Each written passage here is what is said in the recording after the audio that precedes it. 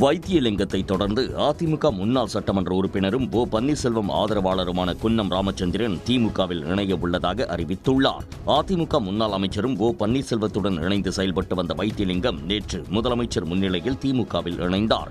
இதனைத் தொடர்ந்து வருகின்ற 26ஆம் தேதி தஞ்சையில் முதலமைச்சர் மு.க.ஸ்டாலின் முன்னிலையில் ஆதரவாளர்களுடன் திமுகவில் இணைய உள்ளதாக குன்னம் ராமச்சந்திரனும் அறிவித்துள்ளார். திரு எடப்பாடி பழனிசாமி அவர்கள் ஓ பன்னீர்செல்வம் ஆர் வைத்திலிங்கம் திருமதி சசிகலா அவர்களை கட்சியில் இணைப்பதற்கு வாய்ப்பே இல்லை என்று இறுதியாக அவர் அறிவித்ததன் அடிப்படையில் மீண்டும் மௌனத்தை காத்து தாமதத்தையும் தடுமாற்றத்தையும் நாங்கள் ஐயா அவர்களிடம் தெரிந்து கொண்டதின் அடிப்படையில் நாங்களும் திரு அண்ணன் வைத்திலிங்கம் அவர்களை தொடர்ந்து திராவிட முன்னேற்றக் கழகத்தில் இணைவது என்ற முடிவை எடுத்திருக்கிறோம். தஞ்சாவூரில் நடைபெறவுள்ள இணைப்பு விழாவில் ஆயிரக்கணக்கானோர் திமுகவில் இணைய உள்ளதாகவும் குன்னம் ராமச்சந்திரன் தெரிவித்துள்ளார். திண்டுக்கல் மாவட்டம் பழனி முருகன் கோயிலில் தைப்பூச திருவிழாக்களில் கட்டண தரிசனம் ரத்து செய்யப்படுவதாக கோயில் நிர்வாகம் அறிவித்துள்ளது. பழனி முருகன் கோயில் தைப்பூச திருவிழா ஜனவரி 26ஆம் தேதி கொடியேற்றத்துடன் தொடங்கி 10 நாட்கள் நடைபெறவுள்ளது. லட்சக்கணக்கான பக்தர்கள் தைப்பூச திருவிழாவில் பங்கேற்பார்கள் என்பதால் முன்னேற்பாடு பணிகள் தீவிரமாக மேற்கொள்ளப்பட்டு வருகிறது. இந்நிலையில் பழனிக்கு முருகனை வழிபட வரும் பக்தர்கள் நெரிசலில் சிக்காமல் சிரமமின்றி தரிசனம் மேற்கொள்ளும் வகையில் ஜனவரி 31ஆம் தேதி முதல் பிப்ரவரி 2ஆம் தேதி வரை 3 நாட்களுக்கு கட்டண தரிசனம் ரத்து செய்யப்பட்டுள்ளது. மேலும் பக்தர்களுக்கு தேவையான குடிநீர், கழிவறை உள்ளிட்ட அடிப்படை வசதிகளை ஏற்படுத்தவும் நடவடிக்கை எடுக்கப்பட்டு வருகிறது. குறிப்பாக பக்தர்களின் கூட்ட நெரிசலை கட்டுப்படுத்தவும் உரிய பாதுகாப்பு வழங்கிடவும் கூடுதல் கண்காணிப்பு வசதிகளை காவல்துறையினர் மேற்கொண்டு வருகின்றனர்.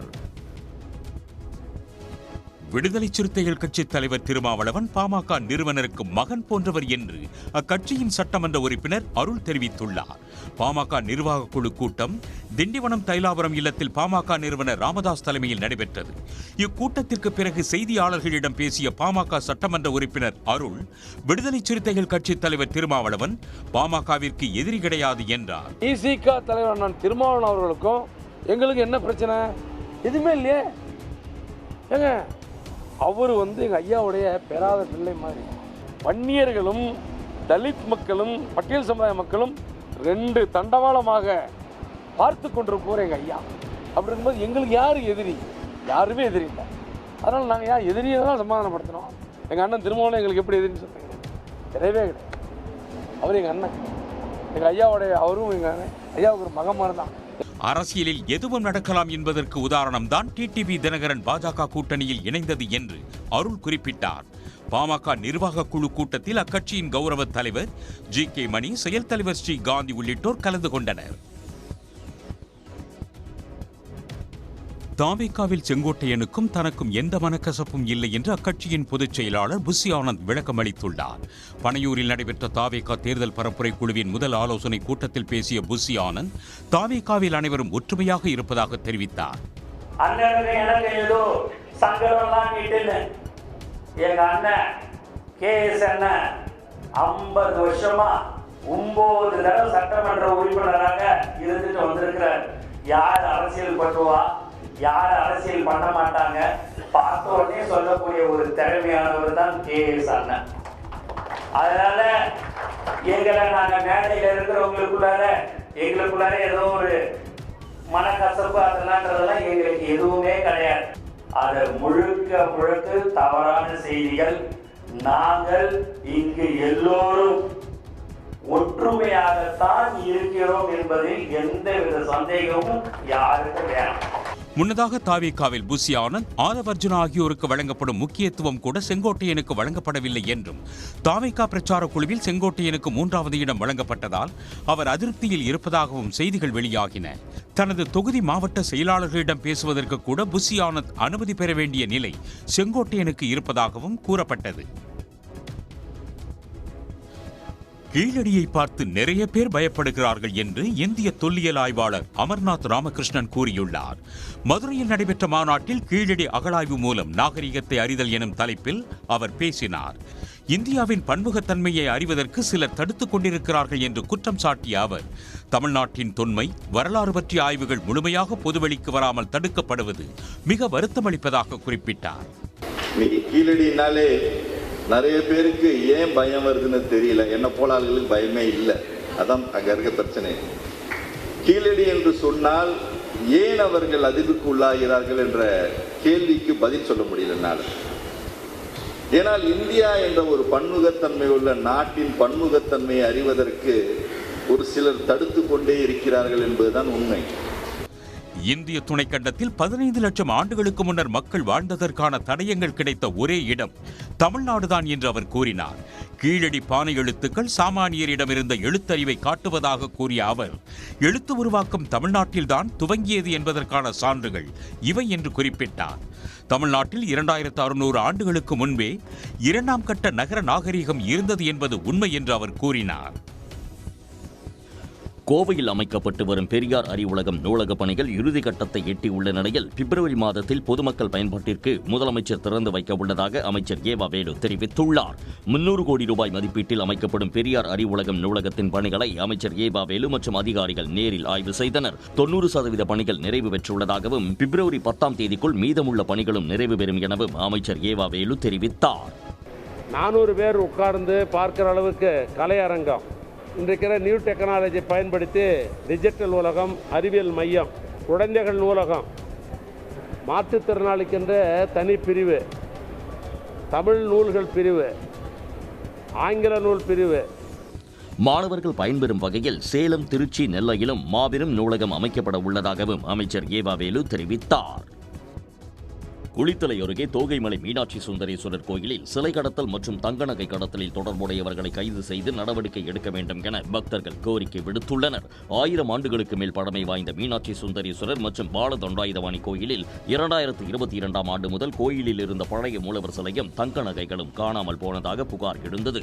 புகாரின் அடிப்படையில் விசாரணை நடத்தி வந்த அறநிலையத்துறை அதிகாரிகள் மலையின் மீதுள்ள சுனையின் நீருக்கடியில் இருந்த பாலதண்டாயுதபாணி சிலையை மீட்டனர். இந்த சிலை மாற்றம், சிலை கடத்தல் சம்பந்தமாக கிருஷ்ணமூர்த்தி ஐயர் மட்டும் இதில் சம்பந்தப்பட்டிருக்கிறாரா, இல்ல மற்றவர்கள் யாரும் சம்பந்தப்பட்டிருக்கிறார்களா என்பதை முழு விசாரணை செய்து இதில் யாருக்கும் தயவு தாட்சணை பார்க்காமல் இது மேல தக்க நடவடிக்கை எடுக்க வேண்டும் என்பது எங்களுடைய கோரிக்கையாகும். சிலை திருடப்பட்ட விவகாரத்தில் கோயில் அர்ச்சகர் மீது சந்தேகம் இருப்பதாகவும் பின்னணியில் உள்ள அனைவரையும் கண்டறிந்து நடவடிக்கை எடுக்க வேண்டும் என்றும் பக்தர்கள் கோரிக்கை விடுத்துள்ளனர். உதகை அருகே முத்தநாடு மந்து பகுதியில் உள்ள தோடர் பழங்குடியின மக்களின் குலதெய்வ கோயிலின் புதுப்பிக்கும் பணி பாரம்பரிய முறைப்படி தொடங்கியது.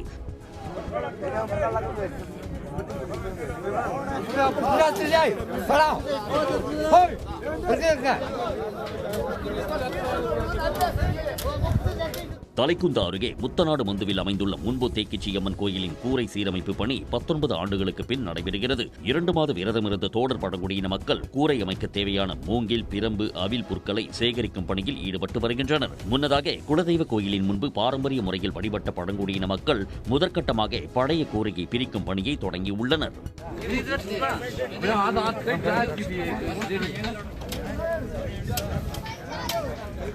விரதமிருந்த தோடர் பழங்குடியின மக்கள் மட்டும் சேர்ந்து 2 மாத காலத்திற்குள் முன்போ தேக்கிச்சியம்மன் கோயிலின் கூரை அமைக்கும் பணியை நிறைவு செய்த பின் பாரம்பரிய முறைப்படி சிறப்பு வழிபாடு நடத்த உள்ளனர். சபரிமலை கோயில் தங்க முறைகேடு வழக்கு தொடர்பாக சென்னையில் அமலாக்கத்துறையினர் மேற்கொண்ட சோதனையில் 100 கிராம் தங்கக்கட்டி உள்ளிட்ட முக்கிய ஆவணங்கள் சிக்கியுள்ளன. 2015 முதல் 2019 வரையிலான காலகட்டத்தில் சபரிமலை கோயிலில் உள்ள தங்கம் பூசப்பட்ட புனித பொருட்கள், துவாரபாலகர் சிலை பகுதிகள், பீடங்கள், கருவறை கதவு சட்ட பலகைகள் உள்ளிட்டவையை அதிகாரப்பூர்வ பதிவுகளில் செம்புத்தகடுகள் என குறிப்பிடப்பட்டு அனுமதியின்றி கோயிலில் இருந்து அகற்றப்பட்டதாக விசாரணையில் தெரிய வந்துள்ளது. இவற்றை சென்னை மற்றும் கர்நாடகாவில் உள்ள சில நிறுவனங்களுக்கு கொண்டு சென்று பழுது பார்த்ததாக கூறி தங்கத்தை பிரித்தெடுத்ததாகவும் அமலாக்கத்துறை தெரிவித்துள்ளது. இதையடுத்து குறிப்பிட்ட தங்கமுறைகேடு தொடர்பாக சட்டவிரோத பணப்பரிவர்த்தனை தடுப்புச் சட்டத்தின் கீழ் விசாரணை நடத்தி வரும் அமலாக்கத்துறை கேரளா, தமிழ்நாடு, கர்நாடகா உள்ளிட்ட மாநிலங்களில் சோதனையிட்டு பல்வேறு ஆவணங்களை கைப்பற்றியதுடன் முக்கிய குற்றவாளிகளின் ரூபாய் 1,30,00,000 மதிப்பிலான சொத்துக்களையும் முடக்கியுள்ளது. மேலும் சென்னையில் உள்ள ஸ்மார்ட் கிரியேஷன்ஸ் நிறுவனத்தில் அமலாக்கத்துறையினர் மேற்கொண்ட சோதனையில் 100 கிராம் தங்கக்கட்டியும் பறிமுதல் செய்யப்பட்டுள்ளது. முதலமைச்சர் பினராயி விஜயன் தேசிய ஜனநாயக கூட்டணியில் இணைந்தால் கேரள மாநிலம் கூடுதல் நிதியை பெறும் என்று ஒன்றிய அரசின் சமூக நீதி மற்றும் அதிகாரமளித்தல் துறை அமைச்சர் ராம்தாஸ் அத்வாலே கூறியுள்ளார். பிரதமர் தலைமையிலான தேசிய ஜனநாயக கூட்டணியில் இந்திய கம்யூனிஸ்ட் மற்றும் மார்க்சிஸ்ட் கம்யூனிஸ்ட் கட்சிகள் இணைய வேண்டும் என்று அவர் கேட்டுக்கொண்டார்.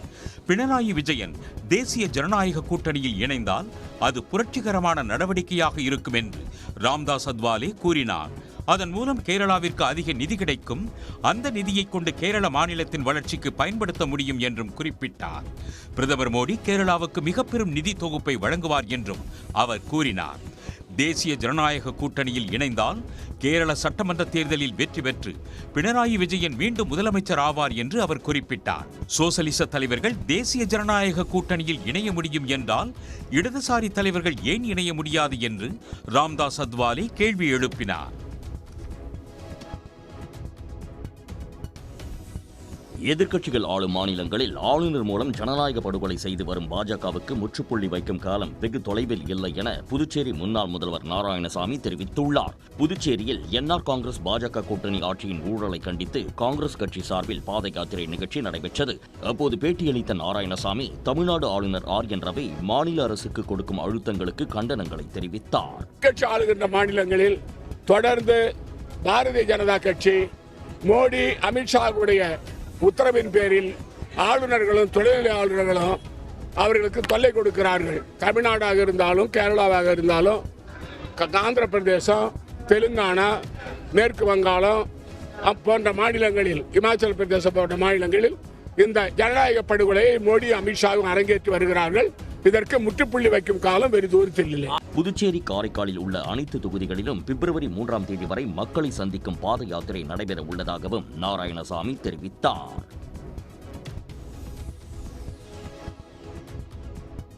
இந்தியாவில் உள்ள மக்களிடையே பிரிவினையை ஏற்படுத்தியது இந்துத்துவ அமைப்புகள் தான் என திமுக நாடாளுமன்ற உறுப்பினர் ராசா தெரிவித்தார். எழுத்தாளர் சூர்யா சேவியர் எழுதிய திருப்பரங்குன்றம் மலை குறித்து வரலாற்று ஆய்வு நூல் வெளியீட்டு நிகழ்ச்சி சென்னையில் நடைபெற்றது.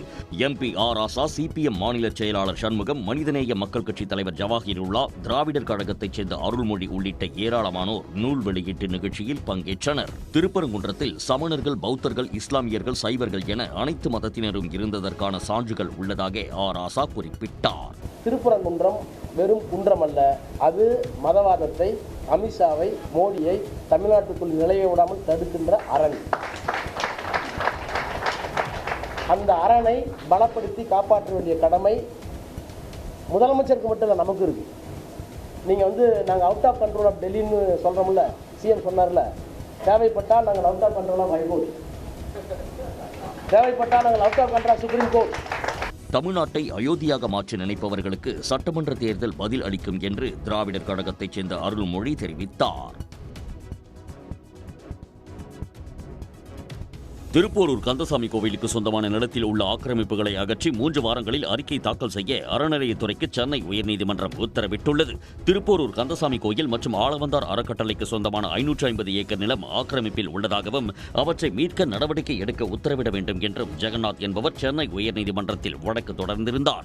இந்த வழக்கை விசாரித்த உயர்நீதிமன்றம் 2022 மே மாதத்திற்குள் ஆக்கிரமிப்புகளை அகற்ற உத்தரவு பிறப்பித்திருந்தது. இந்த உத்தரவின் அடிப்படையில் ஆக்கிரமிப்புகளை அகற்றவில்லை என்று குற்றம் சாட்டி ஜெகநாத் சார்பில் நீதிமன்ற அவமதிப்பு வழக்கு தாக்கல் செய்யப்பட்டது. இந்த வழக்கு தலைமை நீதிபதி எம் ஸ்ரீவஸ்தவா மற்றும் நீதிபதி அருள்முருகன் முன் விசாரணைக்கு வந்தது.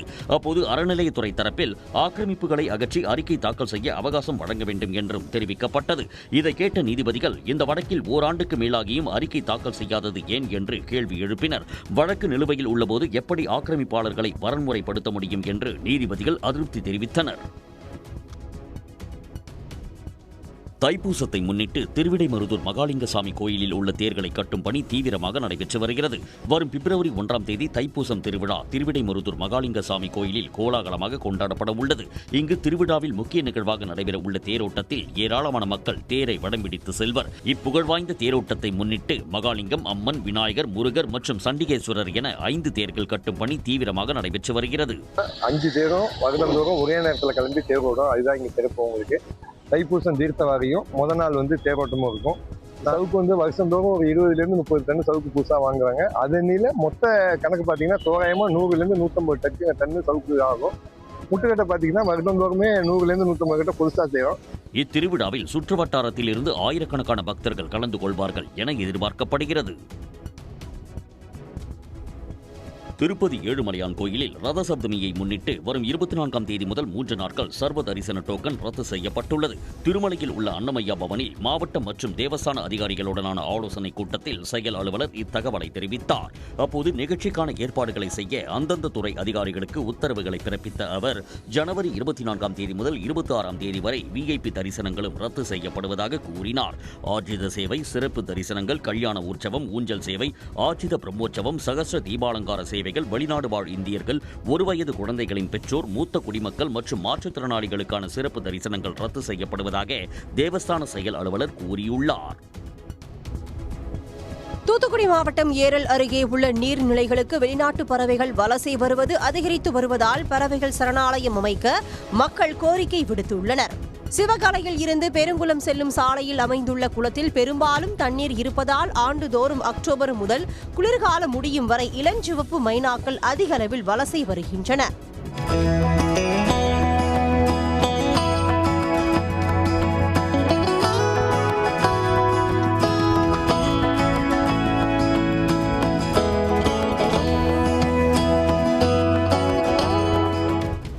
குறிப்பாக கிழக்கு ஐரோப்பா மற்றும் வடமேற்கு ஆசியாவில் இருந்து வரும் ஆயிரக்கணக்கான இளஞ்சிவப்பு மைனாக்கள் பயிர்களை சேதப்படுத்தும் வெட்டுக்கிளிகள், பூச்சிகளை உண்பதால் விவசாயிகளின் நண்பனாகவே அழைக்கப்படுகின்றன. இதேபோல மேலும் பல்வேறு பறவைகள் வலசை வருவதால் பறவைகள் சரணாலயம் அமைக்கவும் இப்பகுதியில் டவர்கள் அமைப்பதை தவிர்க்கவும் பொதுமக்கள், பறவை ஆர்வலர்கள் கோரிக்கை விடுத்துள்ளனர். வறட்சி மாவட்டமான புதுக்கோட்டையில் குளிர்பிரதேசத்தில் விளையக்கூடிய கேரட், முட்டைகோஸ், பஜ்ஜி மிளகாய் ஆகியவற்றை சாகுபடி செய்து தனியார் வேளாண்மை கல்லூரி மாணவர்கள் அசத்தியுள்ளனர். திருவரங்குளம் அருகே தனியார் வேளாண்மை கல்லூரியில் பயிலும் மாணவர்கள் வடகாடு பகுதியில் கடந்த சில ஆண்டுகளாக மலைப்பிரதேசத்தில் விளையக்கூடிய மிளகை சாகுபடி செய்து வந்தனர். இதைத் தொடர்ந்து குளிர்பிரதேசத்தில் விளையக்கூடிய கேரட் விதை, முட்டைகோஸ் கன்று, பஜ்ஜி மிளகாய் கன்று ஆகியவற்றை வாங்கி வந்து கல்லூரி வளாகத்திலேயே சாகுபடி செய்தனர். இப்போ வந்து கார்த்திகை டு தை மாதம் இந்த வருஷம் ரொம்ப வெயில் இல்லை, எல்லாமே 20 டிகிரி செல்சியஸ் கம்மியாக இருந்தால் தான் இந்த எல்லாமே நம்ம ஹார்வெஸ்ட் பண்ண முடியும். இது எல்லாமே நல்லா வளரும், எல்லா நியூட்ரிஷன்ஸுமே கரெக்டாக எல்லாமே வளரும். கிளைமேட் அப்போ தான் கரெக்டாக இருக்கும். ஆனால் இந்த ரீஜனில் யாருமே இது மாதிரி பண்ணுறதில்ல. இதெல்லாம் எப்படி இங்கே வரும் அப்படின்னு சொல்லிட்டு அதனால் நாங்கள் யாருமே இந்த ஏரியாவில் யாருமே பார்த்ததே கிடையாது இங்கே கேரட் ஹார்வெஸ்ட் பண்ணி. அதனால எல்லாருக்குமே புதுசாக இருந்துச்சு. 3 மாதங்களுக்கு முன்பு மாணவர்கள் விளைவித்த கேரட், முட்டைகோஸ், பஜ்ஜி மிளகாய் ஆகியவை நன்றாக வளர்ந்துள்ளதால் மலை மற்றும் குளிர் பிரதேசத்தில் விளையக்கூடிய பயிர்களும் வறட்சியான பகுதியிலும் விளைவிக்க முடியும் என்பதை சாதித்து காட்டியுள்ளனர். நியூசிலாந்துக்கு எதிரான T20 கிரிக்கெட் தொடரை இந்திய அணி வெற்றியுடன் தொடங்கியது. இந்தியாவில் சுற்றுப்பயணம் மேற்கொண்டுள்ள நியூசிலாந்து அணி 3 போட்டிகள் கொண்ட ஒருநாள் தொடரை 2-1 என கைப்பற்றியது. இந்நிலையில் 5 போட்டிகள் கொண்ட T20 தொடரின் முதலாவது ஆட்டம் நாக்பூரில் நேற்று நடைபெற்றது. இதில் முதலில் பேட் செய்த இந்திய அணி 20 ஓவர்களில் 7 விக்கெட்டுக்கு 238 ரன்கள் குவித்தது. அதிரடி அரை சதம் விளாசிய அபிஷேக் சர்மா 35 பந்துகளில் 84 ரன்கள் குவித்தார். சூரியகுமார் 32 ரன்களும், ஹர்திக் பாண்டியா 25 ரன்களும், ரிங்கு சிங் 44 ரன்களும் சேர்த்தனர். பின்னர் பேட் செய்த நியூசிலாந்து அணியில் அதிகபட்சமாக கிளென் பிலிப்ஸ் 78 ரன்கள் திரட்டினார். 20 ஓவர்கள் முடிவில் நியூசிலாந்து அணி 7 விக்கெட்டுகள் இழப்புக்கு 190 ரன்கள் மட்டுமே சேர்க்க முடிந்தது. இதன் மூலம் 48 ரன்கள் வித்தியாசத்தில் இந்தியா அபார வெற்றி பெற்றது. மறுசீரமைப்பு மற்றும் உள்கட்டமைப்பு பணிகள் காரணமாக சென்னை பிராட்வே பேருந்து முனையம் வரும் 24ஆம் தேதி முதல் மூடப்படும் என்று அறிவிக்கப்பட்டுள்ளது. சென்னையின் பழமையான பேருந்து நிலையங்களில் ஒன்றான பிராட்வே பேருந்து முனையத்தில் சுமார் 800 கோடி ரூபாய் மதிப்பீட்டில் 11.65 லட்சம் சதுர அடியில் 8 மாடிகளை கொண்ட பிரம்மாண்ட கட்டடம் கட்ட திட்டமிடப்பட்டுள்ளது. பயணிகளின் வசதிக்காக பிராட்வேயில் மெட்ரோ ரயில் நிலையம், புறநகர் மின்சார ரயில் நிலையங்களை ஒன்றிணைக்கும் வகையில் சுரங்க நடைபாதைகள், நடை மேம்பாலங்களும் அமைக்கப்பட உள்ளன. இதற்கான கட்டுமான பணிகள் தொடங்க உள்ளதை அடுத்து வரும் 24ஆம் தேதி முதல் பிராட்வே பேருந்து முனையம் மூடப்படும் என்று அறிவிக்கப்பட்டுள்ளது. பிராட்வே பேருந்து நிலையத்திலிருந்து இயக்கப்பட்ட பேருந்துகள் ஜனவரி 24ஆம் தேதி முதல் ராயபுரம் மற்றும் தீவுத்திடலில் தற்காலிகமாக அமைக்கப்பட்டுள்ள பேருந்து முனையத்திலிருந்து இயக்கப்படும் என்று சென்னை மாநகர போக்குவரத்து கழகம் தெரிவித்துள்ளது. வாழ்க்கையில் எது வேண்டுமானாலும் கிடைக்கலாம், ஆனால் பழைய நண்பர்கள் கிடைப்பது அபூர்வம் என நடிகர் ரஜினிகாந்த் உணர்ச்சி பூர்வமாக தெரிவித்துள்ளார். கோவையில் உள்ள தமிழ்நாடு வேளாண் பல்கலைக்கழகத்தில் 1975 முதல் 1979 வரை படித்த மாணவர்களின் சந்திப்பு நிகழ்ச்சி நடைபெற்றது. இந்த நிகழ்ச்சியில் காணொலி வாயிலாக நிகழ்ச்சியை வாழ்த்தி பேசிய நடிகர் ரஜினிகாந்த் 50 ஆண்டுகளுக்கு பின்னர் பழைய நண்பர்களை சந்திக்கும் போது எவ்வளவு மகிழ்ச்சியாக இருப்பீர்கள் என்பதை உணர முடிவதாக கூறினார். தாம் எவ்வளவு பிஸியாக இருந்தாலும் 6 மாதங்களுக்கு ஒருமுறை பழைய நண்பர்களை சந்தித்து விடுவேன் என ரஜினிகாந்த் நெகிழ்ச்சி தெரிவித்தார். சென்னையில் ஆபரண தங்கம் விலை கிடுகிடுவென உயர்ந்து வந்த நிலையில் இன்று சவரனுக்கு 1720 ரூபாய் குறைந்துள்ளது. இந்த வார தொடக்கத்தில் திங்கட்கிழமை அன்று ஆபரண தங்கம் சவரன் 1,07,600 ரூபாய்க்கு விற்பனை செய்யப்பட்டது. செவ்வாய் மற்றும் புதன்கிழமைகளில் தங்கம் விலை இருமுறை உயர்ந்த நிலையில் நேற்று நண்பகலில் சவரன் விலை 1,15,320 ரூபாய் என்ற வரலாற்று உச்சத்தை எட்டி நுகர்வோருக்கு அதிர்ச்சி அளித்தது. இந்நிலையில் இன்று சற்று ஆறுதல் தரும் விதமாக தங்கம் விலை கிராமுக்கு 215 ரூபாயும் சவரனுக்கு 1,720 ரூபாய் குறைந்துள்ளது. சந்தையில் இன்று ஒரு சவரன் 1,13,600 ரூபாய்க்கு விற்பனையாகிறது. 1 கிராம் ஆபரண தங்கத்தின் இன்றைய விலை 14,200 ரூபாய். வெள்ளி விலை கிராமுக்கு 5 ரூபாய் குறைந்து 1 கிராம் 340 ரூபாய்க்கு வர்த்தகமாகிறது. திமுக ஆட்சியில் இதுவரை 22 லட்சம் பேருக்கு பட்டா வழங்கப்பட்டுள்ளதாக வருவாய்த்துறை அமைச்சர் KKSSR ராமச்சந்திரன் தெரிவித்துள்ளார். சட்டப்பேரவையில் பேசிய திருப்பத்தூர் சட்டமன்ற உறுப்பினர் நல்லதம்பி வீட்டுமனை பட்டா தொடர்பாக கேள்வி எழுப்பினார். இதற்கு பதிலளித்த KKSSR ராமச்சந்திரன் பட்டா வழங்குவதற்கான வழிவகைகளை ஆய்வு செய்து நடவடிக்கை எடுக்கப்படும் என்றார். தமிழ்நாட்டில் இதுவரைக்கும் இல்லாத அளவிற்கு 22 லட்சம் பேருக்கு நம்முடைய முதலமைச்சர் அவர்கள் பட்டா வழங்கியிருக்கார்கள். இவர்களுக்கும் கொடுப்பதற்கு வேண்டிய அந்த வழிவகைகளை இந்த அரசாங்கம் ஆராயும். வழிவகை இருப்பவர்களுக்கும் வழிவகையை ஏற்படுத்தி கொடுப்பதற்கு வேண்டிய வேலைகளை நம்முடைய முதலமைச்சர் அவர்கள் எங்களை செய்ய சொல்லியிருக்கிறார்கள். அந்த அடிப்படையில் உங்களுடைய கோரிக்கை பரிசீலிக்கப்படும். மேலும் 25 ஆண்டுகளுக்கு மேலாக நீர்பிடிப்பு பகுதிகளில் வசித்து வரும் மக்கள் பாதிக்கப்படாத வகையில் பட்டா வழங்குவதற்கான முடிவு எடுப்பது தொடர்பாக முதலமைச்சரின் கவனத்திற்கு கொண்டு செல்லப்பட்டுள்ளதாகவும் அமைச்சர் KKSSR ராமச்சந்திரன் தெரிவித்தார். ஆளுநர்களின் சண்டித்தனத்தாலோ நீதித்துறையின் அச்சுறுத்தலாலோ அல்லது மத கலவரத்தாலோ நீங்கள் எந்த விதையை விதைத்தாலும் இந்த பகுத்தறிவு பூமியில் எதுவும் நடக்காது என்று திராவிடர் கழக தலைவர் கி. வீரமணி தெரிவித்துள்ளார்.